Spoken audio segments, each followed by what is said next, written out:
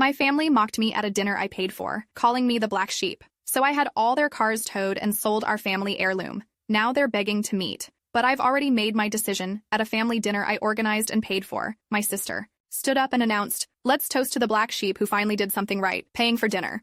Everyone laughed. My mother added, "At least you're good for something."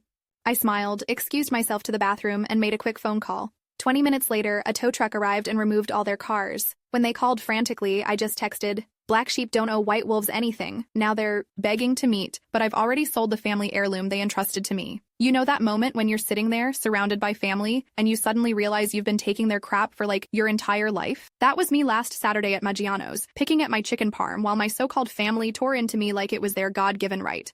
I'd finally landed this killer promotion at work, executive assistant to the CFO at this tech startup. That's actually going places. After years of grinding away at dead-end jobs while my siblings were getting handouts from mom and dad for their entrepreneurial ventures, translation, my brother's 5th failed food truck and my sister's MLM skincare hustle, I was finally making some real money. So I thought, hey, why not be the bigger person? I reserved the private room at Maggiano's, not cheap, mind you, and invited the whole crew. Mom, dad, my older sister Jen with her husband, my younger brother Mike, and even my grandmother who basically raised me when mom was too busy fawning over the golden children. The first red flag should have been when they all showed up 45 minutes late. No text, no call, nothing. Just rolled in like it was no big deal while I sat there nursing a Sprite like some loser. My dad immediately ordered a round of top-shelf whiskey for everyone except me, because somebody's gotta drive us home, right? Then winked at my brother like I wasn't even there. I let it slide. I always let it slide. That's been my whole life. Strategy, keep the peace, don't rock the boat, maybe one day they'll see me. Dinner was going okay-ish. I told them about my promotion, and my grandmother actually seemed proud, patting my hand across the table.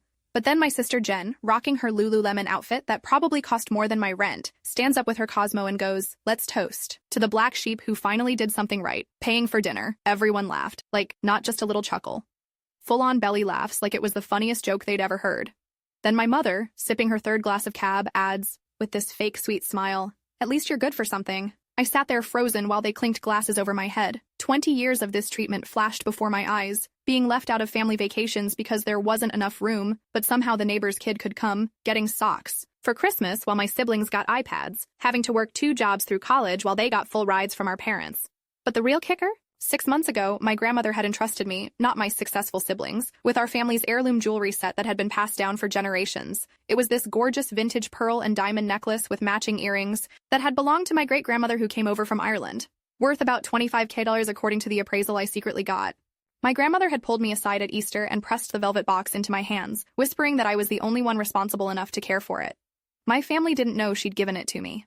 They all assumed Jen would get it since she was the oldest daughter, so there I was, picking at my tiramisu while they laughed at my expense, when something inside me just snapped. I smiled, excused myself to the bathroom, and made a quick phone call to my buddy Chris, who runs a towing company. See, the restaurant had valet parking, but my family, being the entitled people they are, parked their cars in the reserved spaces for the nearby medical building to avoid the $5 valet fee. 20 minutes later, through the restaurant window, I watched as a tow truck hauled away my dad's precious BMW that he loves more than his children. Then my sister's Range Rover, then my brother's leased Tesla that he can barely afford. One by one, I went back to the table, paid the $400 bill with a smile, and sat through another 30 minutes of them ragging on my apartment, my clothes from Target, and my lack of ambition, because I wasn't trying to be an influencer like my sister. When we finally walked outside and they realized their cars were gone, all hell broke loose. "Where's my car?" my dad bellowed, his face turning that special shade of purple I'd seen so many times growing up. I shrugged. "Looks like they got towed." "Well, give us a ride home then," my mother demanded, already shivering in her light jacket, because she refused to bring a proper coat in November in Chicago because it would ruin her outfit. "Sorry, my Chevy Malibu only seats 5, and there's 6 of you," I said, echoing the same excuse they'd used to exclude me from family trips. My entire childhood, I left them there, calling for Ubers while my dad was already screaming at some poor impound lot employee over the phone. Update, y'all. I'm shook by the support, currently ignoring the 37 voicemails from my family while sipping a White Claw on my couch. Mom somehow got my work email and is threatening to expose me to my new boss. Little does she know, my boss already heard this story and called me a legend. But here's where I need advice. Grandma just texted asking to meet one-on-one. She was always different from the rest. Should I hear her out or keep my distance? When I got home that night, I blocked their numbers and poured myself a tall glass of 2 buck chuck. Yes, I'm classy like that. But I knew the storm was just beginning. The next morning, my phone was blowing up with calls from unknown numbers, my family using their friends' phones to try to reach me. I ignored them all and headed to the jewelry store where I'd gotten the heirloom appraised. The jeweler, this older dude with reading glasses perched on his nose, examined the pearls again. "You sure about this?" he asked, giving me a concerned look over his glasses. Family heirlooms, once they're gone, they're gone. I thought about all the birthdays where no one remembered which cake flavor I liked, about my high school graduation where they left early because Jen had a more important dinner with her in-laws, about my dad helping my brother with the down payment on his house while telling me to figure it out when my car broke down. "I'm sure," I said, "but I don't want to sell it to just anyone." Long story short, I found this fancy auction house that specializes in estate jewelry. They were stoked to get the piece because apparently the craftsmanship was museum quality or whatever. They scheduled it for their next big auction. Meanwhile, my family had gone nuclear. My brother somehow found my apartment building and was camping out in the lobby until the security guard threatened to call the cops. My sister was posting all over Instagram about how I'd stolen a family heirloom, conveniently leaving out the part where our grandmother had given it to me fair and square. My dad, always the businessman, tried a different approach. He sent an email, yes, an email, offering to forgive me for the car towing incident if I returned the jewelry and apologized to everyone at the next family dinner, which I would also be expected to pay for, naturally. 3 days after the restaurant incident, I was at work when the receptionist called. "There's a woman here to see you. Says she's your grandmother?" My heart dropped to my stomach. Grandma was the only one who'd ever shown me real love. I told the receptionist to send her back. Grandma looked smaller than I remembered, bundled up in her worn wool coat, clutching her weathered leather purse. She didn't seem angry, just sad. "They told me what happened," she said after I'd closed my office door. "About the restaurant, about the cars." I couldn't meet her eyes. "I'm selling the jewelry," I blurted out. "I'm sorry if that disappoints you." She was quiet for so long that I finally looked up. To my surprise, she was smiling slightly. "Did I ever tell you why I gave that jewelry to you instead of Jennifer?" she asked. I shook my head. "Because you remind me of my mother, the one who those jewels belonged to originally. She was strong, hardworking, and put up with no nonsense. The family walked all over her until one day she'd had enough." Grandma patted my hand. "I've been waiting years for you to stand up for yourself." I felt tears welling up. "You're not mad about the jewelry?" "No, it's yours to do with as you please. About leaving them stranded at the restaurant?" She chuckled. "That was perhaps a bit much, but sometimes a message needs to be delivered with force to be heard." She reached into her purse and pulled out a small manila envelope. "But before you sell everything, I thought you might want to know the whole story." Inside was a black and white photograph of a stern-looking woman in 1920s clothing, my great-grandmother, wearing the pearl necklace. And beside it, a folded document.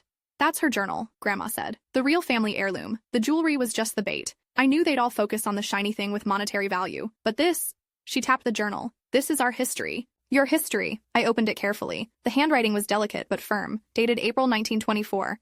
"Read it when you're alone," Grandma advised, standing up. "And whatever you decide to do next, know that at least one person in this family is proud of you." After she left, I thumbed through the journal. It was mostly in Irish, but there were passages in English. One jumped out at me.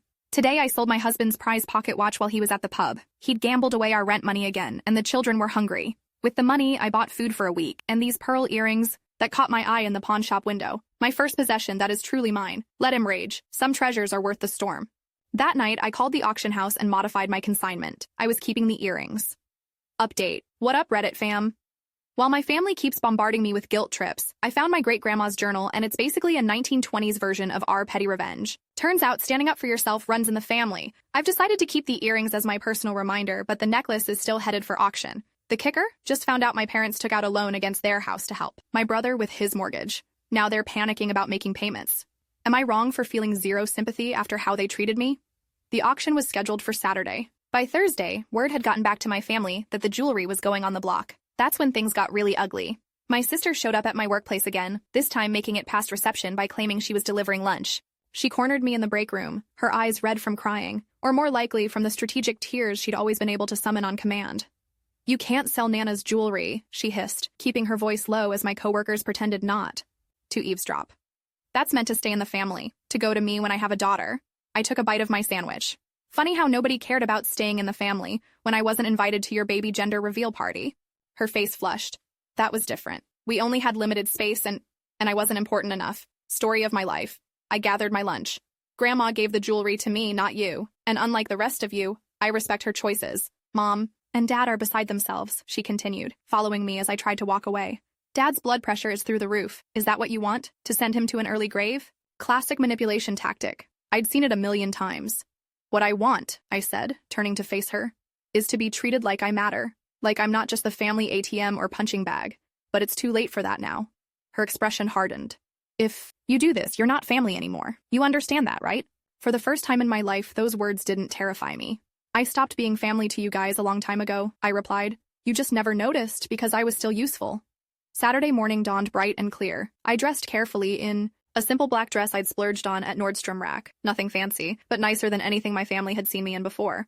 The auction house was in this gorgeous historic building downtown, all polished wood and discreet luxury. I took my seat, catalog in hand, heart pounding as I waited for lot 47, Edwardian pearl and diamond necklace, c. 1915, 10 minutes before.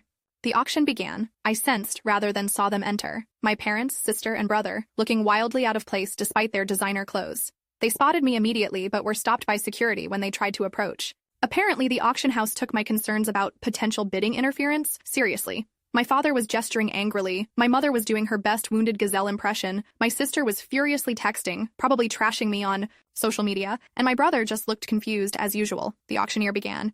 I barely paid attention until Lot 47, an exquisite Edwardian pearl and diamond necklace, will start the bidding at $20,000. A flutter of paddles, $22,000, $25,000. My family watched in horror as the price climbed, $30,000, $35,000. When the hammer finally fell at $40,500, my parents actually gasped audibly. The security guard gave them a warning look. I slipped out during the next lot, but not before catching my father's eye and giving him a small, satisfied smile.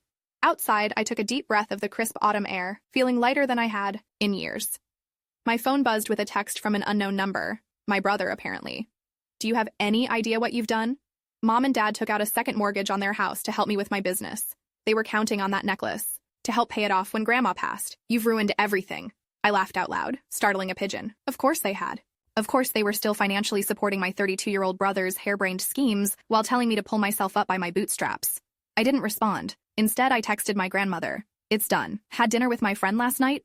And showed her great-grandma's earrings. She said they suited me. Thank you for everything. Her response came minutes later. She would be proud of you. I certainly am. 2 weeks later, the check from the auction house arrived. I deposited most of it into my savings account, but set aside $5,000 for something special, a solo trip to Ireland, to visit the small village where my great-grandmother had grown up before coming to America, where she'd learned to stand up for herself. Update. Hey, Reddit crew. Checking in from a tiny pub in Ireland where I'm sipping Guinness and wearing my great-grandma's earrings. The auction money hit my account, $42.5K, and I've used some for this heritage trip. Found the village where my badass ancestor lived, and even met distant relatives who showed me the house she grew up in. Meanwhile, my parents' house is officially listed for sale. Turns out they're drowning in debt from bankrolling my siblings. Should I feel guilty that I'm thriving while they're struggling? Because honestly, I'm just feeling free. My phone has been blissfully quiet for the past week. No more frantic calls or texts from family members. No more emotional manipulation. Just blessed silence as I wander the green hills of County Cork, retracing my great-grandmother's footsteps. The locals here have welcomed me with open arms, especially after I showed them the photograph of my great-grandmother and mentioned her maiden name. Turns out the O'Connors are well remembered in this village. Ah, you've got Bridget's spirit in you, said an elderly man at the pub my second night here, nodding at my earrings. She never took guff from anyone, that one. Left her whole family behind to chase a better life. I've spent my days exploring the rolling countryside, the earrings my constant companions. They're not flashy, simple pearl drops with tiny diamond accents, but they carry the weight of generations, of women who refused to be less than they were. In the small village cemetery, I found the graves of my great-grandmother's parents. I placed wildflowers on their weathered stones and whispered a thank you for creating the woman who would eventually inspire me to break free. Yesterday, I got an email from my grandmother. She's coming to visit me here next week, her first trip back to her mother's homeland in decades. She's bringing copies of more family documents, letters, photos, recipes scribbled in margins of prayer books. Your grandfather and I are having quite the row about this, she wrote. He thinks I'm taking sides. Perhaps I am, but some sides need taking. Meanwhile, according to my cousin's Facebook, the only family social media I haven't blocked, my parents have listed their house for sale. The 5-bedroom suburban palace where I grew up, but never really belonged. Where my room was converted to a home gym the week after I left for college. Apparently, the loans they took out to fund my brother's failed business ventures and my sister's lavish lifestyle have finally caught up with them. The bank is threatening foreclosure if they don't sell quickly. Part of me, a small, wounded part that still craves their approval, feels a twinge of guilt. Should I offer to help them? The auction money sitting in my account could ease their burden. But then I remember my mother's face when I got into my dream college. Not pride, but annoyance that they'd have to contribute something to tuition. I remember my father telling me my first apartment was good enough for someone like you. I remember decades of being the family afterthought. No, This is their mess to sort out. Just like I sorted out mine, without their help. Tomorrow, I'm taking a bus to the coast to see the harbor where my great-grandmother boarded a ship bound for America, carrying nothing but a small suitcase and those pearl earrings. I wonder what she was thinking in that moment. Was she scared? Exhilarated? Both? I run my fingers over the smooth pearls at my earlobes and imagine her doing the same, drawing strength from their cool touch. My phone buzzes, a text from a number I don't recognize. My father, using yet another friend's phone. Your mother is in tears every day. This house holds all our memories. How can you be so heartless? You owe this family, after everything we've done for you. I step out onto the balcony of my quaint Irish B&B, looking out over the same hills my ancestors once walked. The evening air is crisp, carrying the scent of peat fires and possibility. I type a response, then delete it. Type again. Delete again. Finally, I settle on the truth, plain and simple. I don't owe you anything, not anymore. Then I block this number too, slip my phone into my pocket, and head downstairs to join some locals who've invited me to a traditional music session at the pub. For the first time in my life, I'm exactly where I belong, far away from the people who never appreciated me, connected to the ones who came before me, and wide open to whatever comes next. The black sheep has found her own flock at last. Tomorrow, wearing my great-grandmother's earrings, I'll raise a glass of Irish whiskey on the same shore she left from. Not to the family I've left behind, but to the woman I'm becoming. The woman they never thought I could be. Strong, independent, free. And I'll make a promise to myself and to her. I will never again dim my light to make others comfortable with their darkness. As my great-grandmother wrote in her final journal, entry before her death, the pearls are just stones from the sea. The real treasure was finding the courage to chart my own course through its waters.